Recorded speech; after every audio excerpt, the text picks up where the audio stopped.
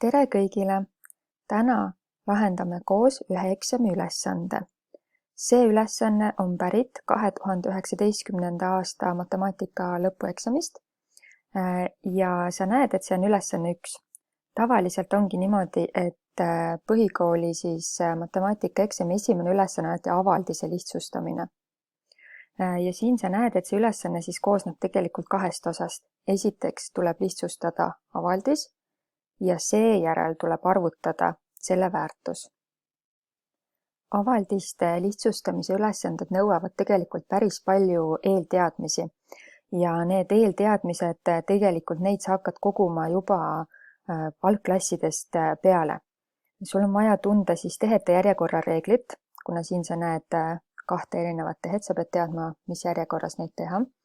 Siis tuleb sul osata teha tehteid harilike murdudega, mida sa õppisid 6. klassis.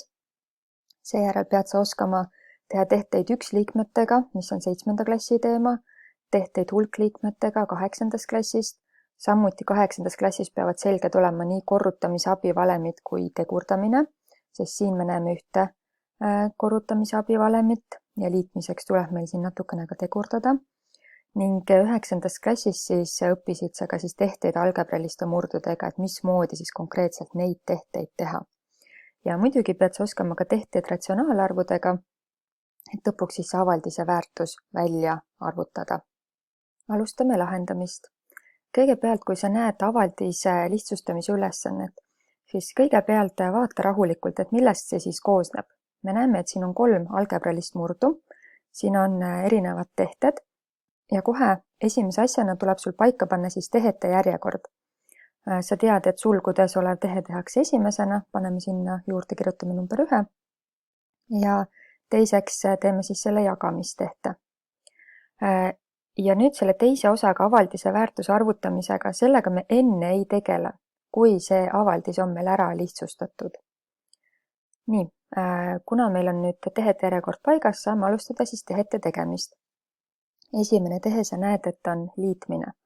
Sa tead, et algebraliste murdude liitmisel tuleb leida ühine nimetaja.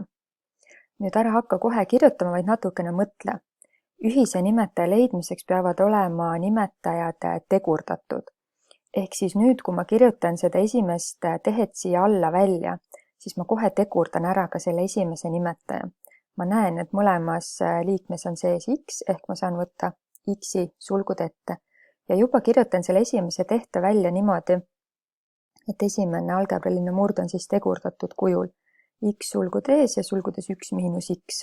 Eks ole, see sama avaldis on tegurdatud kujul siin. Teises murrus ma tegurdada ei saa, nii et siin jääb nimetaja samaks. Nüüd tuleb hakata mul mõtlema ühise nimetaja peale. Ühine nimetaja koosneb teguritest. Neid tegureid, mida on mõlemal murrul nii-öelda võrdselt, neid pannakse ühisesse nimetajasse 1 kord, ehk mõlemal on tegur 1 miinus x, siin on ka 1 miinus x, siis järelikult 1 ühise nimetaja tegur on mul 1 miinus x. Ja tuleb ka siia juurde alati tegurid, mis on nagu ainult ühel algebralisel murrul ka nimetajas, nii et x tuleb juurde. Kui ühine nimetaja on leitud, siis tuleb kindlasti leida laiendajad. Kuna esimese murru nimetaja on sama, siis tema laiendaja on 1 ja võrdlen teist murdu ühise nimetajaga ja näen, et siit on puudu tegur x, järelikult tema laiendaja on see tegur x. Nii, nüüd tuleb laiendajad ja lugejad kokku korrutada ja kirjutada siia ühise murru joone peale. Ja ongi mul esimese tehte vastus käes. See on esimese tehte lõplik vastus, siin enam midagi edasi teha ei saa taandada, sest et üleval ei ole mul tegurit näiteks x on siin liidetav, seda ma siit kuskilt taandada ei saa, nii et esimese tehte vastus on olemas. Lähme teise tehte juurde ja teine tehe on jagamise tehe. Kirjutame jagamise tehte välja, ehk esimese tehte vastus jagatud selle algebralise murruga siin. Ja nüüd sa mõtled jagamise peale. Sa tead, et murdude jagamisel tuleb jagaja teha pöördarvuks ehk siis vahetada lugeja, nimetaja kohad ära ja siis saab teha juba nagu korrutamist edasi. Kirjutame siis ühe pika murrujoone. Esimene murd jääb nimetaja ja lugeja jäävad nii, nagu nad on. Nad on juba teguritena, eks ole, me rohkem siin tegurdama ei pea. Ja vot selles teises murrus me peame nüüd tegema ta pöördarvuks ehk lihtsalt vahetama lugeja, nimetaja kohad ära, aga samal ajal mõtlen ka juba, et kas ma saan tegurdada. Et siin oleks hea, kui mul oleks tegurid, et siis hiljem taandada. Siin, mis on lugejas, selle ma kirjutan siis siin nimetajasse, aga tegurdatud kujul. Ja ma näen siin tegelikult ruutude vahevalemit, sest et 4 on ju tegelikult 2 ruudus ja miinus x ruudus. Saan selle siis ilusti kirjutada ruutude vahevalemiga tegurdatud kujule. Ja see x miinus 1, mis on siin nimetajas, läheb siin siis lugejasse ja seda ma kuidagi tegurdada ei saa, nii et see jääb sellisele kujule, nagu ta on. Nüüd saab hakata vaatama, et kas on midagi, mida saaks taandada, ehk siis kas mingisugused tegurid on siin ühesugused. Sa näed, et meil on ühesugused siis 2 pluss x-id, nendest jäävad siis, saame need ära taandada, nendest jäävad alla tegurid 1. Siis sa näed, et ka tegelikult need on siin nagu natuke sarnased, nagu saaks midagi taandada. Kui sa tähelepanelik oled, siis sa näed, et need 2 avaldist erinevad märkide poolest. Siin on x positiivne, x negatiivne. Siin on 1 negatiivne, siin on 1 positiivne. Ja sa oled õppinud, ma kirjutan siia alla, et kuidas siis ühes avaldises tuua miinusmärki sulgude ette ja miks seda on vaja teha, sest et siis nii-öelda selles avaldises märgid muutuvad.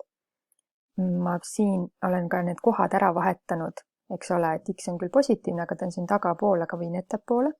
Ja siin on negatiivne 1 sees, ma viin ta tahapoole. Ja miks ma nii viin, on nüüd sellepärast, et siis ma saan taandada, eks ole, sest et üleval on ka x miinus 1 olemas. Aga siin on nüüd see konks, et kui ma need tegurid ära taandan, siis see avaldis, kus ma olen selle miinus 1 toonud sulgud ette ehk märgid ära vahetanud, siis sellest jääb alles miinus 1 tegurina. Nii, tõmbame need maha, taandame ära. Siit jääb alles lihtsalt 1 ja siit miinus 1, eks ole, just sellepärast, et tal on vastupidised märgid esialgselt. Nii, ja nüüd siis saame kirjutada selle, mis meil siit alles jääb. Ülesse jääb 1 korda 1 on 1. See miinus siit alt läheb siis murrujoone ette ja jäävad veel tegurid x ja x miinus 2. Ja see nüüd ongi siis lihtsustamise vastus. Nüüd saame edasi minna ülesande teise osa juurde. Arvuta avaldise väärtus, kui x võrdub 3. Kirjutame siis välja, et kui x võrdub 3, siis ja nüüd võtan selle sama lihtsustatud avaldise ja asendan x-id 3-dega.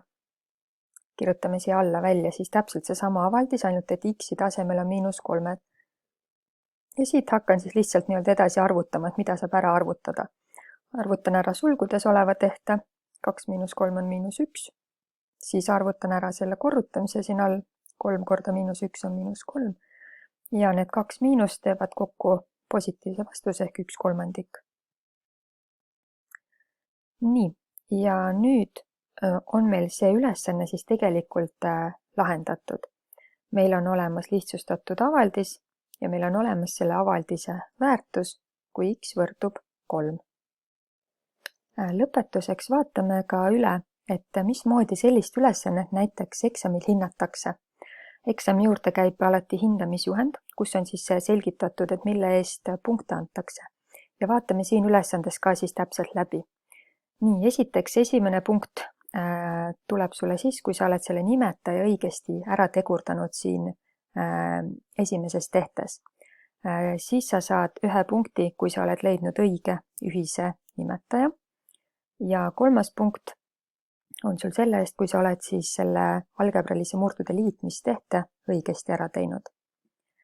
Järgmine punkt tuleb sul selle eest, kui sa oled ruutude vahevalemit ehk seda siit õigesti rakendanud. Selle tuleb välja kirjutada ja on 1 punkt olemas. nüüd 5. punkt tuleb sul selle eest, kui sa oled siin osanud siis ära taandada need erinevate märkidega siis tegurid. Järgmise punkti saad sa siis üldiselt veel taandamiste eest, eks ole, et sa oled siin õigesti ära taandanud. Ja siis saad sa siis saad ka sa punkti selle õige vastuse eest, et kui sul see vastus on õigesti välja tulnud. Ja viimane punkt selles ülesandes on siis selle eest, kui sa oled õigesti osanud siis arvutada välja avaldise väärtuse. Kui sul on tunne, et avaldiste lihtsustamine on sinule keeruline teema, siis kindlasti veendu, et sul on kõik need eelteadmised olemas. Et võibki juhtuda, et kui sa siit mõnda teemat ei oska, siis ongi sinu jaoks raske avaldisi lihtsustada. Nii et kindlasti otsi erinevaid ülesandeid ja võimalusi, et endale eelteadmised selgeks teha, siis on sul ka lihtne avaldist lihtsustada. Mida rohkem sa harjutad, seda paremaks sa saad. Ma usun, et peagi tuleb sul avaldiste lihtsustamine väga hästi välja.